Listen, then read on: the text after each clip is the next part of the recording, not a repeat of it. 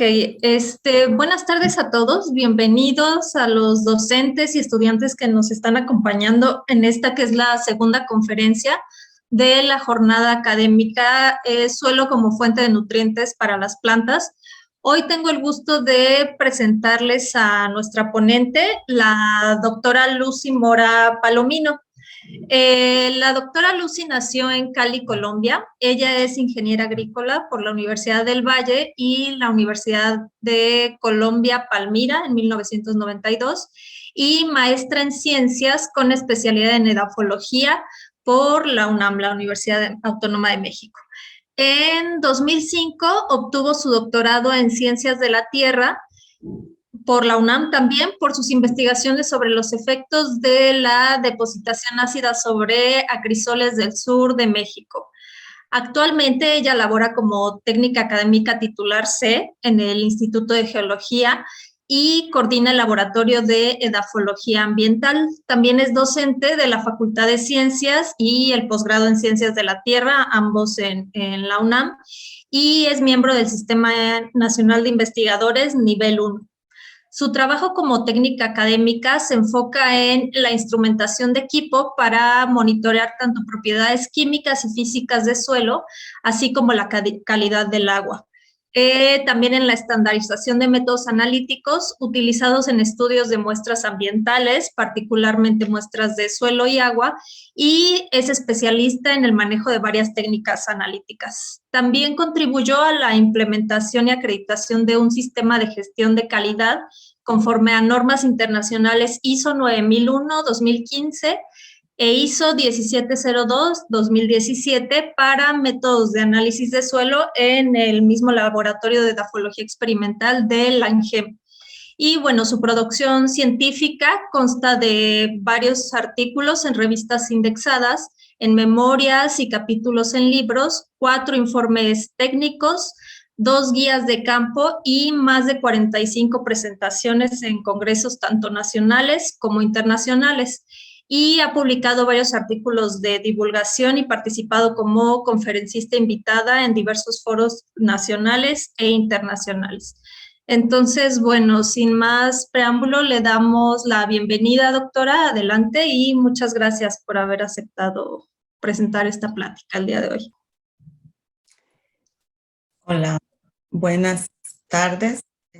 Pues muchas gracias a ustedes por la invitación. Para mí es un honor poder participar en esta serie de conferencias alrededor del suelo, o sea que es para mí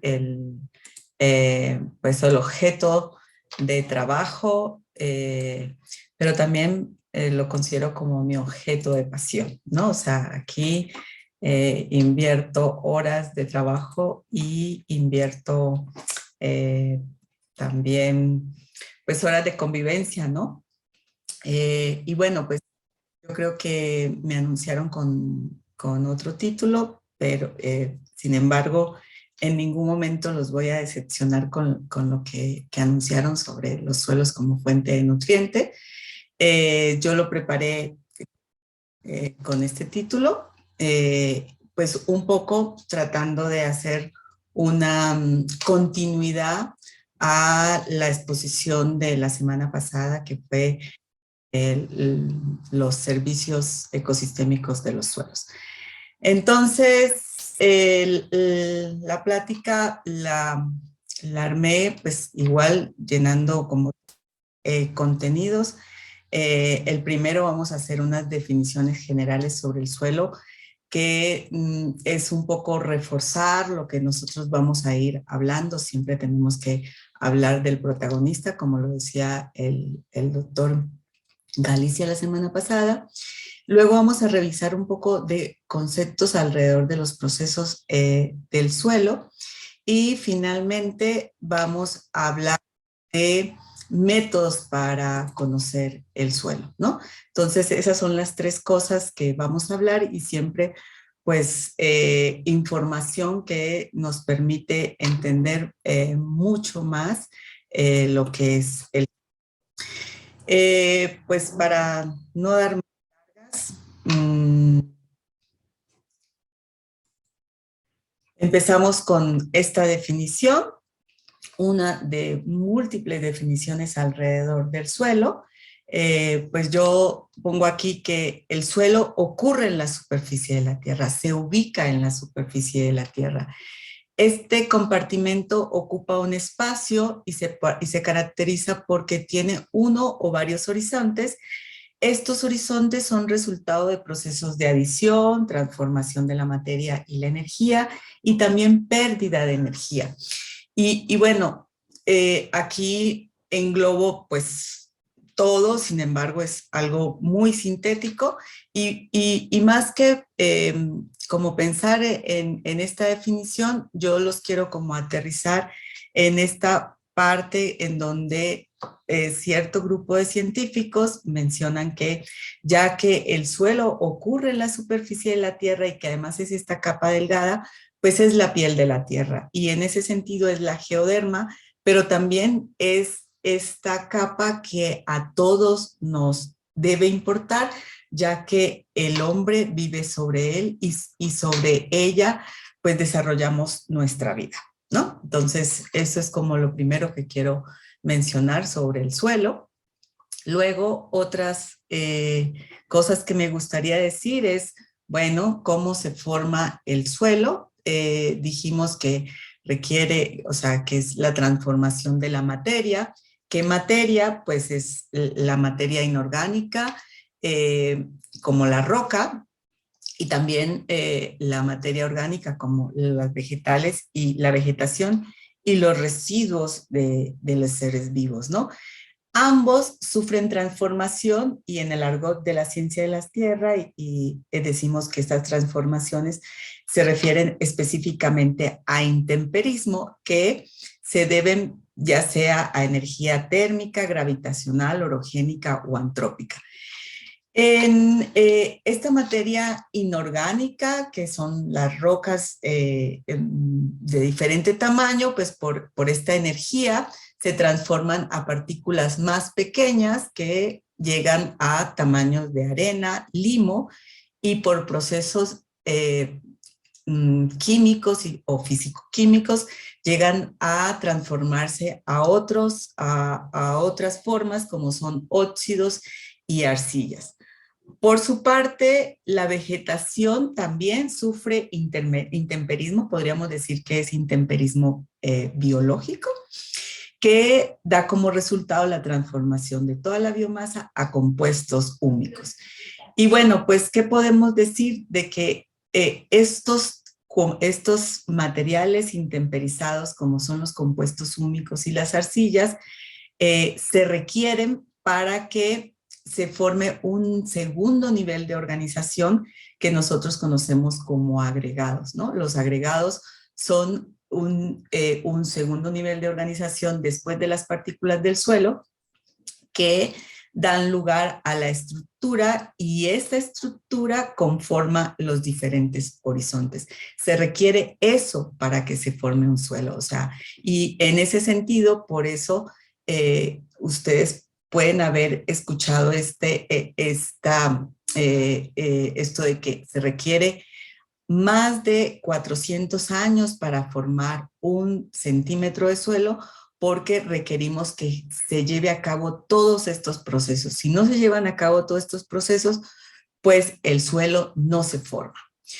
Bueno, eso es lo primero que les quería mencionar. Lo segundo es que retomando un poco la información que ustedes les mencionaron la semana pasada de que estos suelos así ya formados cumplen funciones y gracias a estas funciones, o sea, las civilizaciones pueden tener seguridad alimenticia, ya que alrededor del 98.7% de las calorías que consumimos los hombres provienen del suelo.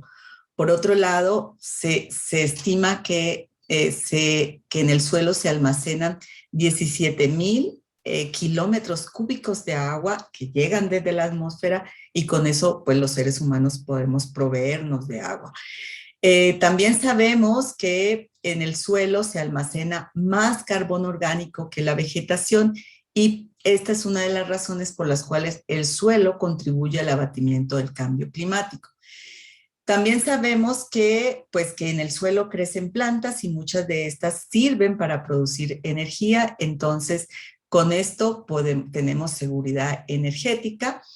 Y también sabemos que pues el 25% de la biodiversidad total de la Tierra se encuentra dentro del suelo. Entonces, con esto tenemos una protección de la biodiversidad. Y obviamente con todos estos servicios que provee el suelo pues es un capital natural de la humanidad, ¿no?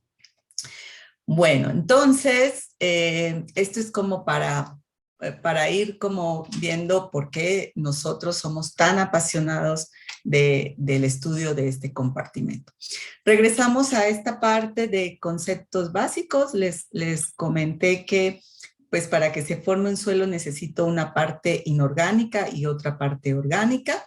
La parte inorgánica está conformada principalmente por minerales, o sea, de diferente origen, y estos minerales pues están compuestos por varios elementos de la tabla periódica, ¿no? Entonces, en el suelo, pues uno de los minerales que es más abundante, pues es el sílice, el aluminio, porque estos conforman la estructura mineralógica de muchos de los minerales que están en el suelo. También encontramos que hay calcio, hay potasio, hay sodio en gran cantidad, y en cantidades menores encontramos hierro, níquel, cobre, zinc, que son elementos esenciales. Sin embargo, si aumenta la concentración, pueden ser elementos contaminantes. Y bueno, pues eso nos habla de que el suelo principalmente tiene mucho de una estructura química.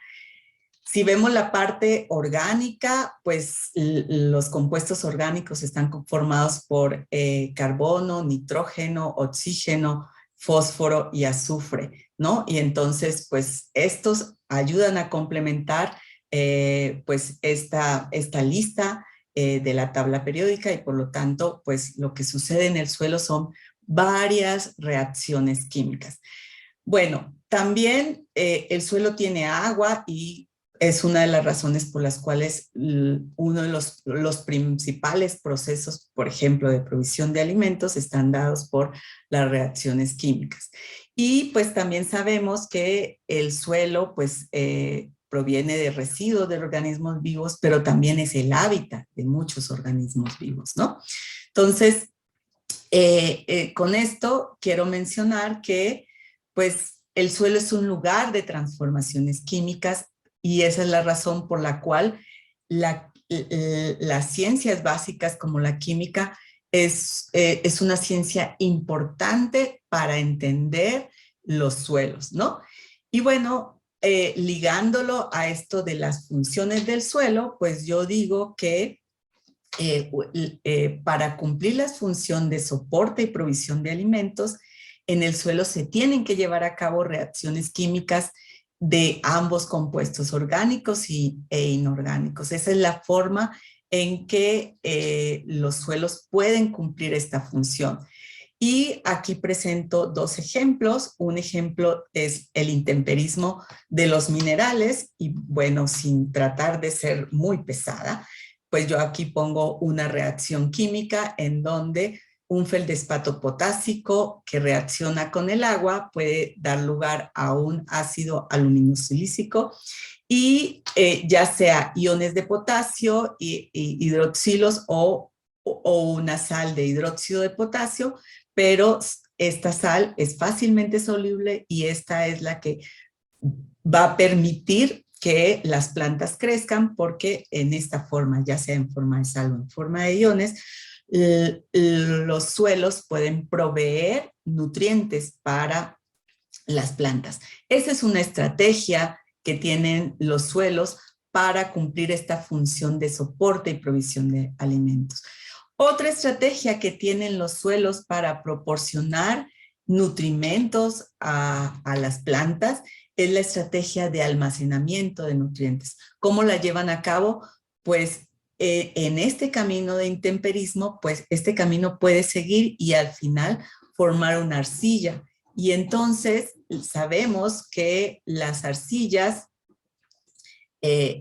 tanto las arcillas como la materia orgánica son estructuras minerales que tienen carga superficial y en esta carga superficial los suelos pueden almacenar iones que son nutrientes para las plantas como el calcio, el magnesio, el sodio y el potasio y mantenerlos almacenados y en el momento en que las plantas lo requieren, pues lo disponen para su crecimiento, ¿no? Entonces, esas son dos estrategias muy importantes que tiene el suelo para cumplir esta función de soporte y provisión de alimentos. Otra ruta es a través de la transformación de la materia orgánica y esta ruta es un poco más compleja, ¿no?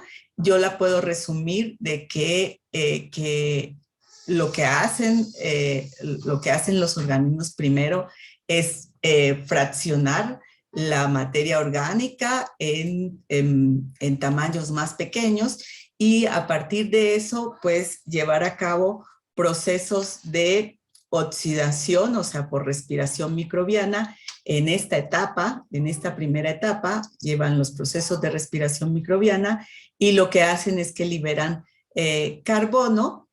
Luego sigue una etapa de rompimiento de las proteínas que permite que estas proteínas se transformen en aminoácidos y en esta segunda ruta, y después de esta segunda ruta, pues los suelos lo que pueden seguir es una ruta ya sea de mineralización en donde transforman los aminoácidos en compuestos minerales, ya sea amoníaco o amonio, nitrato o nitrito, que son las formas en que las plantas pueden absorber los elementos o pueden llevar por esta ruta donde se lleva a cabo la humificación y también almacenar a largo plazo nutrientes que luego por actividad de los organismos pues, son liberados para el crecimiento de las plantas, ¿no? Entonces, esas son como las 4 etapas importantes que se dan para la transformación de la materia orgánica y las razones por las cuales el suelo se transforma para generar nutrientes, ¿no? Entonces, eso es lo que puedo, así de manera general y sin atiborrarlos de información, pues como hablar sobre estas estrategias. ¿Qué otra cosa podemos decir del suelo y las estrategias para cumplir las funciones? Es que el suelo tiene una arquitectura, un arreglo tridimensional de las partículas que, se los mencioné inicialmente, este arreglo es formando agregados, el segundo nivel de organización de los suelos, ¿no? Y los agregados, les decía, tienen materia orgánica, tienen minerales que son arcillas principalmente, incluso limos y arenas, y tiene también organismos vivos al interior y es capaz de almacenar agua. Con esta arquitectura, pues, se forman los grandes agregados y se forma la estructura del suelo que finalmente le permite conformar este sistema tridimensional y le permite el movimiento y retención de flujos dentro del suelo, llámese agua y aire. Y estos flujos, este movimiento y retención de flujos, pues se da básicamente porque se forman poros de diferente tamaño. Estos poros están relacionados con el tamaño de los sólidos, es decir, si yo tengo sólidos muy pequeños como arcillas, entonces se forman poros muy pequeños y si tengo sólidos muy grandes como arena, se forman poros más grandes, ¿no? Y así, pues, el suelo puede almacenar, retener flujos y también puede generar movimiento de estos flujos dentro del suelo. Y pues esto pues da lugar a las propiedades físicas del suelo, que es el movimiento de agua y solutos a través de él.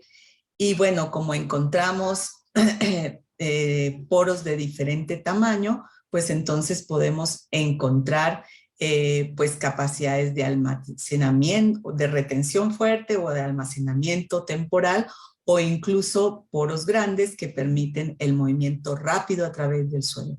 Y por la arquitectura del suelo, y esta reorganización es cómo el suelo puede cumplir la función de almacenamiento de agua, de gases, de retención de agua, también de retención de contaminantes y almacenamiento de carbono, ¿no? Es la conformación física lo que nos permite a largo a plazo, pues que el suelo cumpla todas estas funciones.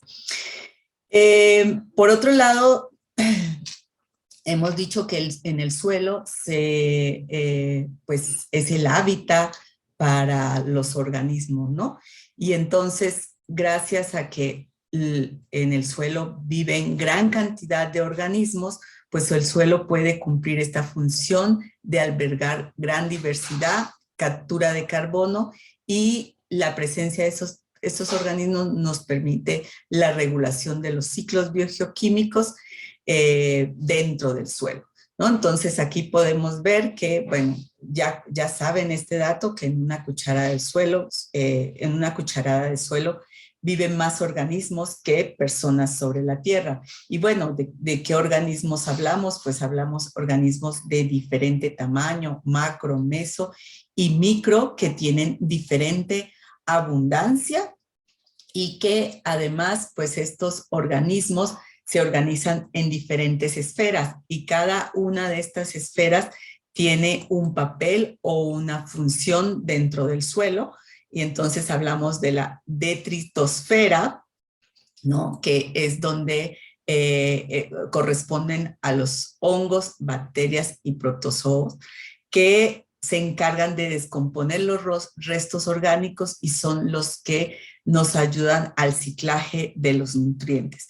Hablamos de otra esfera que son la drilosfera, que son las lombrices, microartrópodos y milípedos, que transforman y distribuyen la materia orgánica. Estas son las que hacen que haya movimiento en diferentes horizontes de la materia orgánica. Estos son los transportadores. Está la porosfera, que son estos habitantes que se encuentran dentro de los poros, y como sabemos que dentro de los poros normalmente hay agua, entonces son básicamente unos organismos acuáticos, ¿no? Que son nemátodos, micorrizas, bacterias, algas, ácaros y protozoos, que se encargan principalmente de la productividad primaria y la descomposición de la materia orgánica. Y por último está la rizosfera, que es el espacio donde viven las raíces de las plantas, y que son pues la zona por donde las plantas se alimentan y son principalmente fuente de energía como azúcares, y por otro lado promueven la estructuración del suelo, ¿no? Y bueno, lo que quiero mencionar con esta diapositiva es que en el suelo se llevan a cabo procesos químicos, físicos y biológicos, y todos se llevan a cabo de manera paralela. De esa manera, o sea, lo que sucede en el suelo son una serie de reacciones de diferente complejidad, y esa es la razón por la cual al suelo se le menciona como que es un sistema complejo, porque todas las cosas están sucediendo a la par. Bueno, entonces, siguiendo con esta línea de las funciones ecológicas, pues nosotros decimos los suelos pueden cumplir una o varias funciones ecológicas del suelo. ¿De qué depende de que cumplan esas funciones? Pues dependen de la calidad del suelo. ¿Qué es la calidad del suelo? Pues es la capacidad de cada tipo de suelo de sostener la productividad vegetal y animal, de mantener y mejorar la calidad del aire del suelo y sostener la salud. Esto dentro de sus límites, es decir, dentro de sus condiciones de formación del suelo, ¿no? Entonces, cada suelo tiene una calidad diferente y por lo tanto cada suelo tiene capacidad de cumplir diferentes funciones. Pero bueno, entonces, con toda esta información llega una pregunta, o creo que les llega una pregunta. ¿Cómo conocemos la calidad de un suelo? ¿No? ¿Cómo llegamos a decidir si un suelo es apto para el almacenamiento de agua o apto para el soporte de las plantas o cualquiera de estas que ya nos comentaron la semana pasada?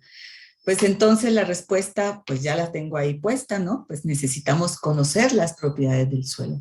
Son estas las que finalmente nos van a permitir decir o acercarnos cuál es hacia el potencial de uso de cada suelo. Y bueno, ¿cómo conocemos entonces las propiedades de los suelos? Pues para eso necesitamos un laboratorio de suelos. ¿Y qué hacemos en el laboratorio de suelos? En cualquier laboratorio de suelos, nosotros llevamos a cabo diferentes actividades. Llevamos actividades como la observación, hacemos ensayos, experimentamos, medimos diferentes parámetros, ya sean químicos, físicos o biológicos. Y bueno, en el ámbito universitario, ya en el ámbito en donde yo estoy contratada, que es el Instituto de Geología, pues tenemos diferentes instrumentos para medir estas propiedades, ¿no? Y son instrumentos que van desde grandes instrumentos, o sea, que requieren una electrónica o una infraestructura muy especializada, a instrumentos muy sencillos que nos permiten evaluar la calidad del suelo o conocer las propiedades del suelo. Y bueno, pues ¿cuáles son esas propiedades del suelo? O sea, si el suelo tiene, si tiene condiciones físicas, pues entonces vamos a hablar de las propiedades físicas. Si dentro del suelo se llevan a cabo reacciones químicas, pues el suelo tiene propiedades químicas. Y lo mismo con la parte biológica, hay propiedades biológicas. Hay propiedades mineralógicas de las cuales le he hablado poco, pero se puede inferir en la medida en que en el suelo se forma a través de minerales. Entonces el suelo también tiene propiedades mineralógicas. Y aquí menciono una lista, es una lista pues un poco genérica y pueden haber cosas más especializadas, ¿no? Entonces dentro de las propiedades físicas que nos permiten entender cómo es un suelo y sus capacidades. Hablamos de la textura del suelo cuando nos referimos al tamaño de las partículas. Hablamos del color del suelo, hablamos de la densidad del suelo, hablamos de la estructura y de la estabilidad de agregados y hablamos de la infiltración. Todas estas propiedades tienen que ver con tamaños, densidades y arreglos que son propiedades físicas, ¿no? Y también hablamos incluso de velocidad, que es una propiedad que pues nosotros estudiamos a nivel en el que ustedes están. Por otro lado, pues dijimos que hay reacciones químicas y una de las propiedades más importantes para nosotros es el pH. Espero que para todos les quede claro qué es el pH y si no, pues más adelante pues lo podemos reforzar. Decimos que los compuestos se van transformando y van liberando iones, entonces por lo tanto hay sales, ¿no? Y entonces podemos medir las sales. Hablamos de que existen minerales como la arcilla que tienen cargas superficiales, entonces hablamos de una propiedad del suelo que es la capacidad de intercambio catiónico o cationes intercambiables. Y pues también en la parte biológica hablamos del contenido de materia orgánica, de la respiración microbiana, como propiedades que nos permiten entender cómo es la dinámica biológica. Y pues hablamos del tipo de arcilla y de los contenidos de óxido, que son los minerales que conforman el suelo. Bueno, entonces estas son las propiedades que nosotros pues reconocemos y que nos permiten evaluar las capacidades del mismo y por lo tanto llevar a hablar del potencial de uso de suelo. Pues vamos a partir de este momento pues a hablar un poco de esta parte metodológica de lo que implica conocer un suelo.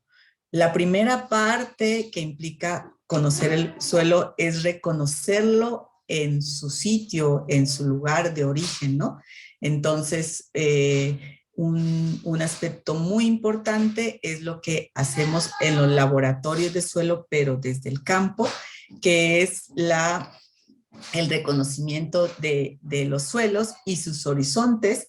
Y entonces, pues, lo primero que hacemos en campo es reconocer los diferentes horizontes y sabemos que el suelo se conforma de manera horizontal de diferente material y entonces a cada uno de estos horizontes pues le vamos diciendo o poniendo un nombre, el horizonte superficial A, el otro el horizonte subsuperficial B, y bueno, podríamos decir que este es el C o pues más abajo el material parental. Eso es lo primero que hay que hacer, ¿no?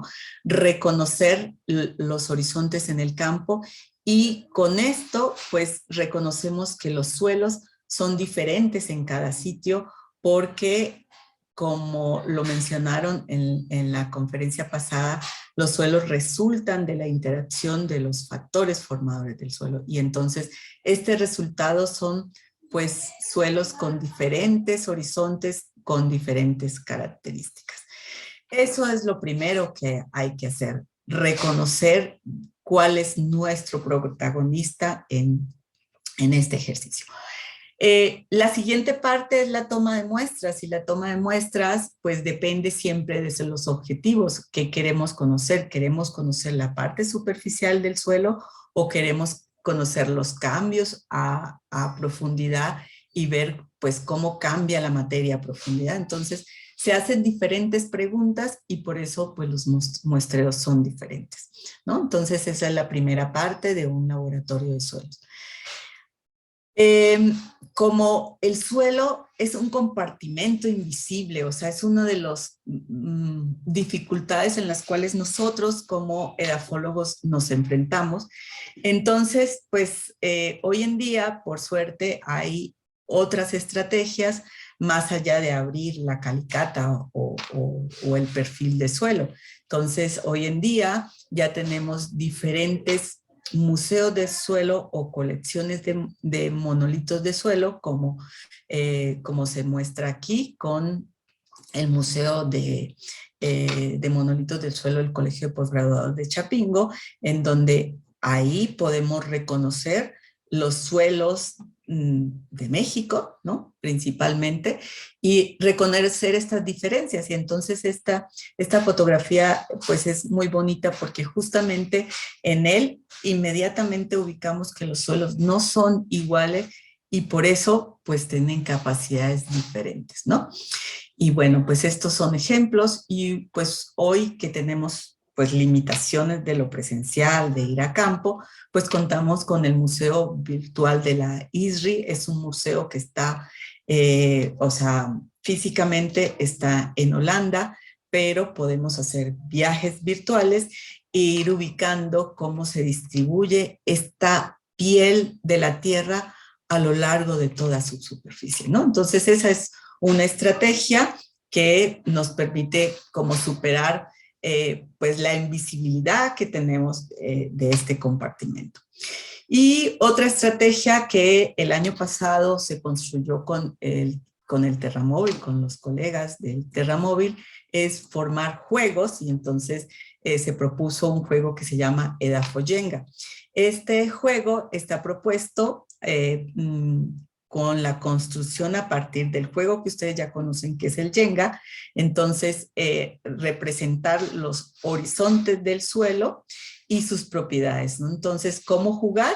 Pues utilizando tarjetas en donde mencione las características de cada horizonte, y a lo largo del suelo, pues los diferentes jugadores pueden ir identificando ya sea características físicas o químicas, y por lo tanto reconocer cómo son estos suelos. O sea, podemos generarnos estrategias a partir de lo que, pues, de estas dinámicas que también nos ayudan para que pues nos interesemos mucho más sobre este compartimento.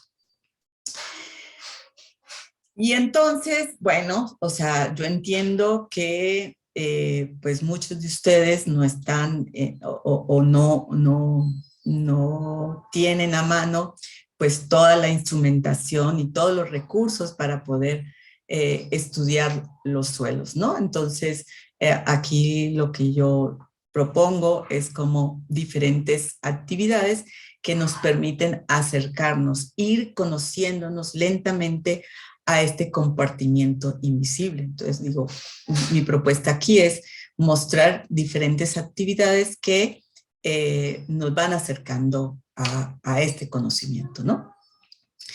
¿Qué actividades? Pues aquí hay una actividad que la usamos incluso nosotros de manera muy rutinaria, que es conocer la textura del suelo. Este es un método basado en las propiedades texturales de las partículas. Entonces, la textura del suelo habla de cuáles son las partículas que dominan el suelo y con esto pues inferir otras propiedades. Entonces sabemos que las propiedades de cada partícula son diferentes. Entonces sabemos que la arena no es moldeable, no deja material fino en las palmas de las manos y los granos son claramente palpables. Entonces, por lo tanto, un suelo que esté dominado por arenas, vamos a sentir esto.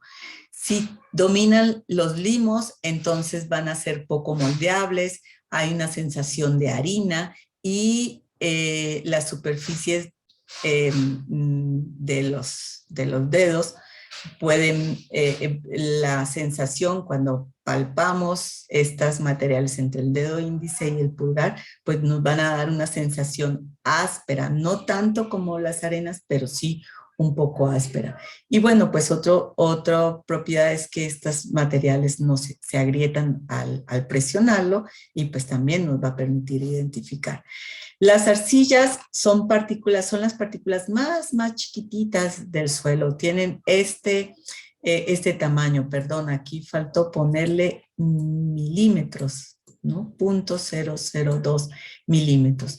¿Cuál es la propiedad de esta partícula? Que es moldeable, que deja material fino en las palmas de las manos por el tamaño tan pequeño, y pues tiende a tener una sensación lisa y brillante. Entonces, con un diagrama de flujo de cómo realizar esta práctica, podemos llegar a una distribución de tamaño de partícula, una textura, y así estimar pues cuáles son las partículas que dominan en el suelo. Eso es una práctica que cualquiera lo puede hacer, y nosotros como científicos del suelo lo desarrollamos constantemente y tiene un gran valor.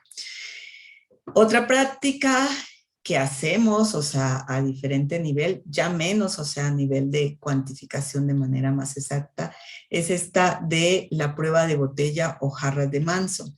Esta prueba es una prueba en donde utilizamos una cantidad de suelo con agua, lo agitamos fuertemente y dejamos que las partículas se sedimenten a través del tiempo.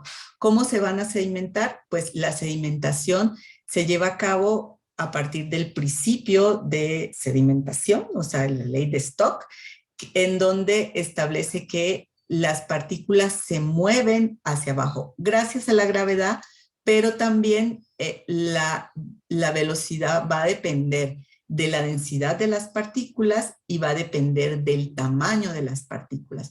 Es por esta razón que las partículas más grandes y gruesas se sedimentan en la parte de abajo, las intermedias, que son los limos, en la parte intermedia, y las más chiquitas en la parte superficial.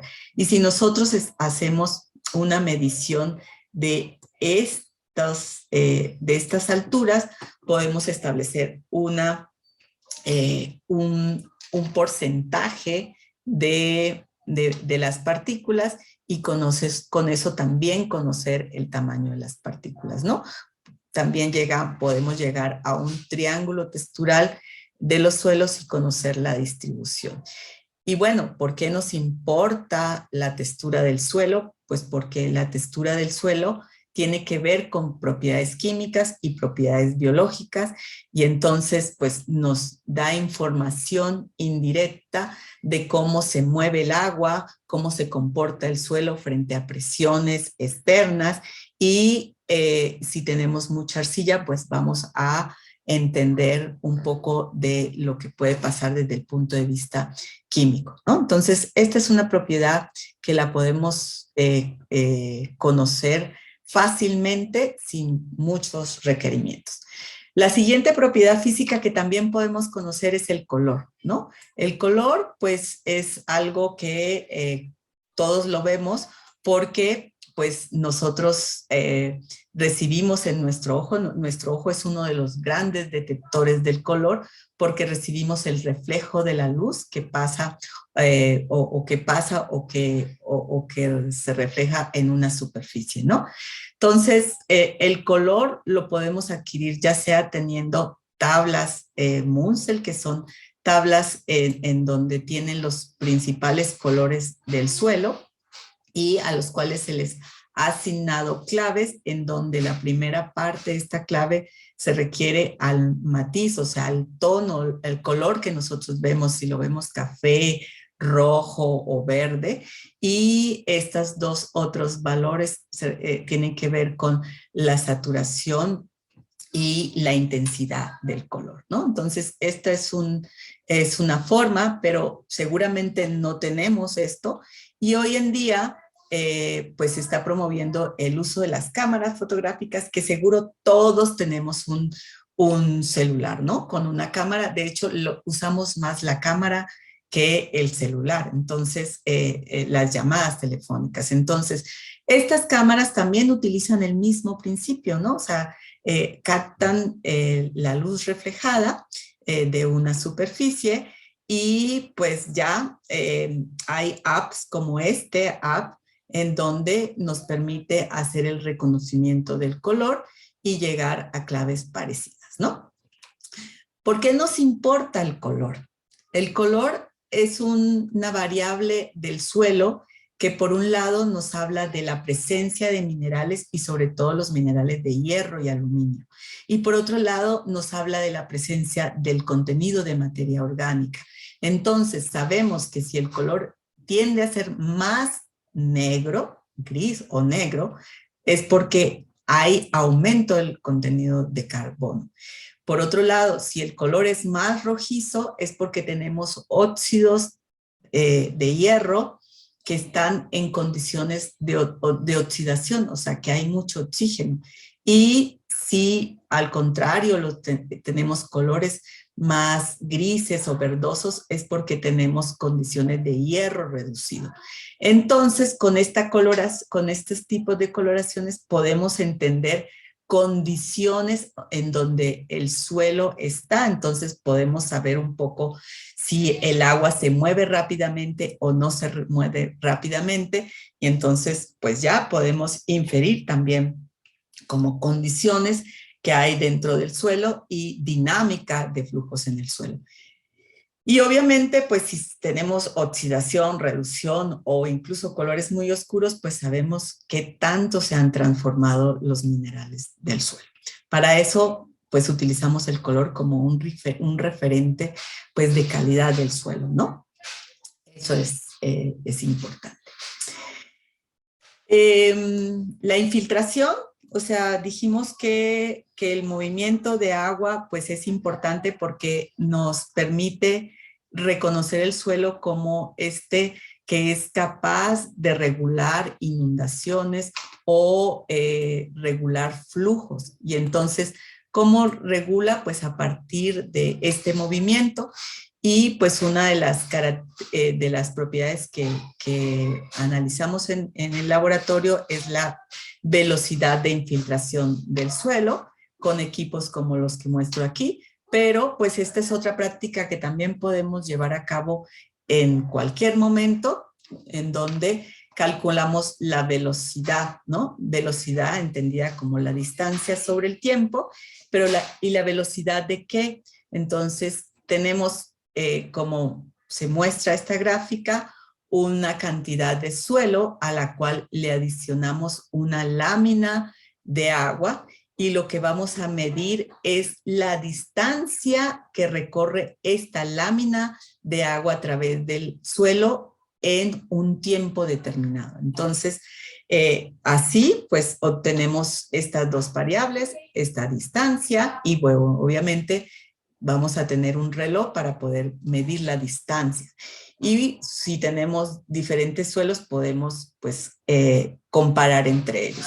Y si queremos hacer un ejercicio un poquito más riguroso, sofisticado, podemos hacer una representación de estas variables en donde ponemos por aquí la distancia recorrida en el tiempo y vamos a obtener en principio una gráfica de esta forma y esta gráfica se puede transformar en acumulados en distancia, que sería esto, y podemos calcular la pendiente de esta gráfica y cuando calculamos la pendiente de esta gráfica podemos calcular la velocidad de infiltración de un suelo, ¿no? Entonces es un ejercicio muy sencillo que también pues nos da mucho valor porque con ellos pues podemos hacer pues escenarios en donde sabemos que cae una cantidad de agua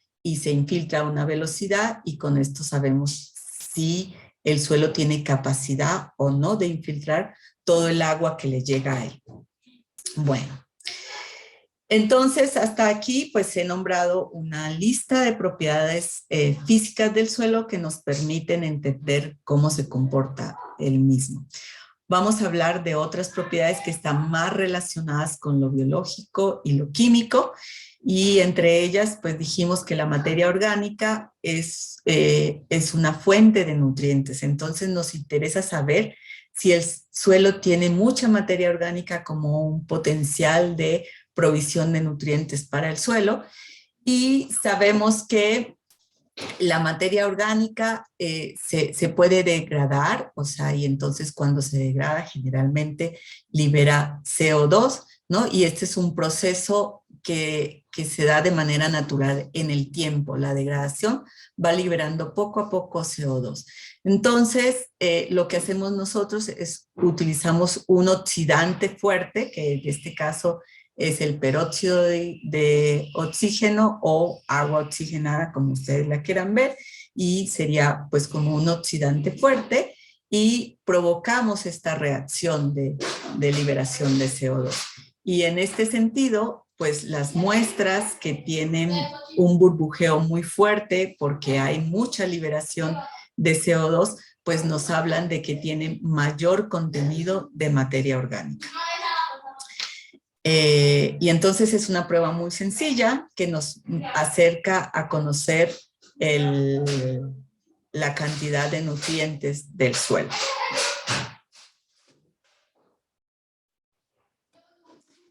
¿Qué otra prueba podemos llevar a cabo para conocer el almacenamiento de nutrientes?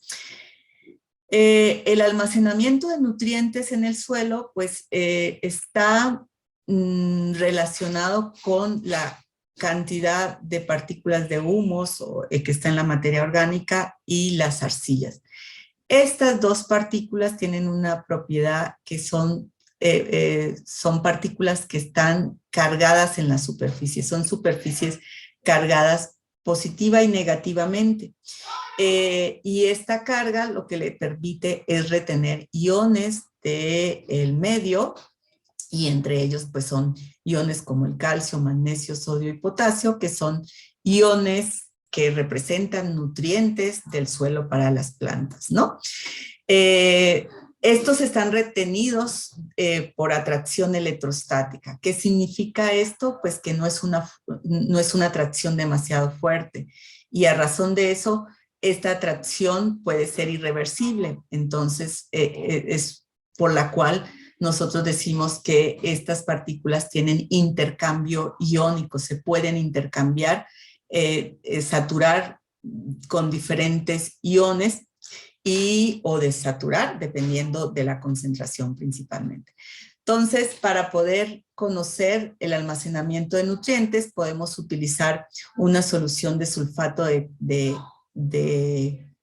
cobre con una concentración alrededor de 0.4 normal, y el cobre tiene la característica de que le da esta propiedad de color a la solución, y en este sentido pues nos sirve para conocer el almacenamiento de nutrientes, ya que si ponemos esta solución sobre un suelo y el suelo tiene alta capacidad de intercambio iónico, es decir, está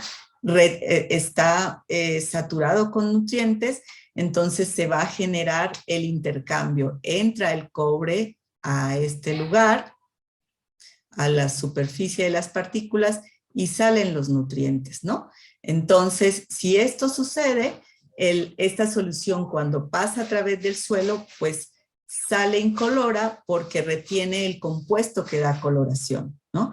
Y de esta manera, si yo tengo suelos que alta capacidad de almacenamiento de nutrientes, en esta prueba nos va a salir una solución incolora, y si no, pues nos va a salir una solución con diferente color, lo que nos muestra de que el hierro pues ha sufrido algún tipo de oxidación o reducción. Entonces, esta es una estrategia que también nos ayuda a conocer el almacenamiento de nutrientes por los suelos. ¿Qué más podemos conocer? Pues conocer el suelo, pues en el suelo se llevan a cabo diferentes reacciones, y en estas reacciones se pueden liberar protones, ¿no? Entonces, cuando se liberan protones y se va cargando mucho de protones, pues lo que podemos identificar es que el pH, definido como el menologaritmo de la concentración de protones, de hidrógenos, entonces este pH va a cambiar, ¿no? Entonces, esta es una propiedad que podemos identificar en el suelo, y se clasifica igual que, pues, como lo hacemos de manera general en la química, ¿no? Tenemos un pH neutro, y los que si que es 7, y si está por debajo de 7, pues tiene diferentes niveles de acidez, y si está por arriba de 7, pues tenemos diferentes niveles de basicidad. Y entonces, pues, una de las cosas que nosotros normalmente hacemos es que ponemos en solución el suelo y le ponemos una tira indicadora de color, y con esto nos va a decir cuál es el pH del suelo, o sea, qué tan saturado está en protones el suelo. Y pues, ¿por qué nos importan los protones del suelo? Pues nos importan porque el pH define la disponibilidad de nutrientes en el suelo, y también define el hábitat de algunos organismos, ¿no? Entonces, por eso es importante, y lo planteamos aquí. Asociado al pH tenemos otra práctica que nos gusta mucho, que es estimar la capacidad de amortiguamiento del suelo. Esta la hacemos utilizando una solución indicadora de pH. La solución la construimos a partir de un extracto de col morada. Este extracto es un indicador de pH, ya que si le ponemos alguna base, ya sea carbonato o bicarbonato, el color va a irse modificando azules hasta amarillo, y si le ponemos un ácido, sea limón, vinagre o cualquier ácido, va a cambiar de morado a rojizo. Entonces, lo que hacemos es que modificamos el pH a forma ácida de la solución, simulando pues un evento de lluvia ácida, un derrame ácido o un fertilizante muy ácido, y esta solución la dejamos pasar a través del suelo, y si el suelo tiene suficientes cationes en el complejo de intercambio, o sea, en las superficies de las arcillas y la materia orgánica, el suelo va a contrarrestar el pH, lo va a amortiguar. ¿Y qué va a pasar en la solución? Pues va a tender a subir el pH, o sea, esta solución que la colocamos roja va a modificarse a colores morado, lila o azul, y nos va a indicar pues qué capacidad de amortiguamiento tiene el suelo, ¿no? Entonces, estas son prácticas que nosotros hacemos con los estudiantes para evaluar la capacidad de amortiguamiento. En esta, por ejemplo, es una práctica que acabamos de hacer en uno de nuestros cursos, en donde los chicos tomaron suelos urbanos. Los suelos urbanos se caracterizan porque tienen muchos cascajos y muchos residuos de excavación, y mire, o sea, los colores fueron morados en uno e incluso hasta verde en otro. O sea, tienen tantos carbonatos que el suelo es capaz de amortiguar, ¿no? Entonces, así le damos una valoración a los suelos. Desde el punto de vista de actividad microbiana, pues esta es una propuesta que es relativamente simple, porque necesitamos al menos una solución de hidróxido de sodio. Lo que valoramos es la actividad microbiana, sabiendo que pues una de las actividades que hacen los organismos para transformar la materia orgánica es transformarla y consumir biomasa y oxígeno y liberar CO2. Si esto sucede, entonces en un recipiente hermético, pues esto va a suceder y va a salir, va a liberarse CO2 dentro del recipiente. Ponemos como estrategia una trampa con hidróxido de sodio, y en esta trampa todo el CO2 liberado pues se atrapa y se forma carbonato de sodio, y entonces pues aquí vamos a capturar todo el CO2 que se libera. Esta solución pues no indican mucho porque es una solución transparente. Para eso se utiliza como estrategia el cloruro de bario, que nos da una solución lechosa, y este sería como el primer indicador. Entre más lechoso, pues tengo más CO2, y entre menos lechoso tengo menos CO2 capturado. Y si queremos cuantificar pues mejor esta liberación de CO2, pues utilizamos una valoración ácido-base con ácido clorhídrico, y así calculamos cuánto CO2 liberó, y así podemos ver pues cuál es el potencial de actividad biológica dentro del suelo.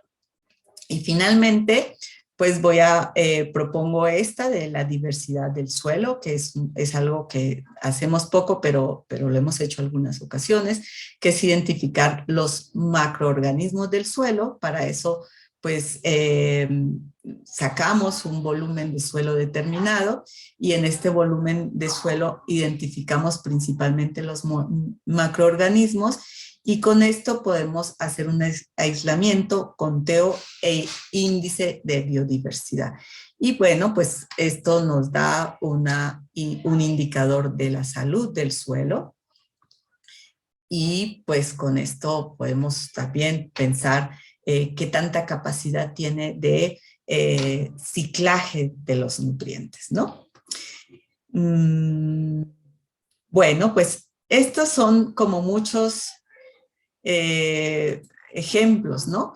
Y estos nos sirven para valorar las funciones del suelo, porque ya tenemos estimados e índices. Y bueno, ¿para quién nos sirve esta información? Pues para los productores, los académicos, los urbanistas, para los manejadores de recursos, los ambientalistas, para los tomadores de decisión. Y bueno, pues ya para cerrar y a manera de conclusión, pues digo que el suelo es un gran laboratorio en donde podemos reforzar, aprender conceptos de física, química y biología, y su conocimiento nos permite entender y resolver problemas en el ámbito social, económico y ambiental. Pues muchas gracias por su atención. No sé si tenga tiempo para alguna pregunta. Gracias, doctora Mora. Sí, hay algunas preguntas en el chat. Voy a leer del profesor Ricardo. Cuando un suelo ya ha perdido calidad para la producción de alimentos o mantener la vida, propiedades físicas, químicas o biológicas, ¿es posible agilizar su recuperación o se da por perdido para esas funciones? Y Yasmín, ¿cuáles organismos que habitan en el suelo son los más importantes para la recuperación de este? Bueno, para la primera pregunta, sí, el suelo se puede rehabilitar y hay una línea del conocimiento en la ciencia del suelo que se llama restauración del suelo, en donde identificamos cuáles son las propiedades más afectadas del suelo y hacemos actividades en pro de la restauración. Normalmente una de las propiedades que más se pierde es el contenido de materia orgánica y por eso pues vamos en esa dirección, o sea, mejorando el contenido de materia orgánica, porque con esto detonamos procesos como almacenamiento de nutrientes, pero también almacenamiento de agua y recuperamos las capacidades físicas y químicas del suelo. Sí se puede hacer, claro que sí, ¿no? Y esa es una gran misión que tenemos las nuevas generaciones porque necesitamos mucho trabajo de conocimiento para restaurar los suelos degradados. Eso es lo que puedo decir frente a la primera pregunta. Y la segunda pregunta, que cuáles son los organismos más importantes del suelo, pues yo diría que todos son más importantes, sin embargo, las bacterias son aquellos organismos que tienen una función transformadora, ¿no? Y entonces, pues son las que permiten la mineralización de la materia orgánica. Entonces las bacterias pues tienen una función muy importante en la transformación. Sin embargo, pues todos los organismos cumplen funciones y por eso les decía que hay diferentes esferas de los organismos que tienen funciones diferentes, pero las bacterias se les reconoce como pues muy importantes. Gracias, doctora. Aquí hay otra pregunta. ¿Qué podemos hacer para preservar mejor los suelos de nuestros alrededores cotidianos, jardines en casa, en nuestra colonia, en la escuela, etcétera, y que mantengan una buena calidad?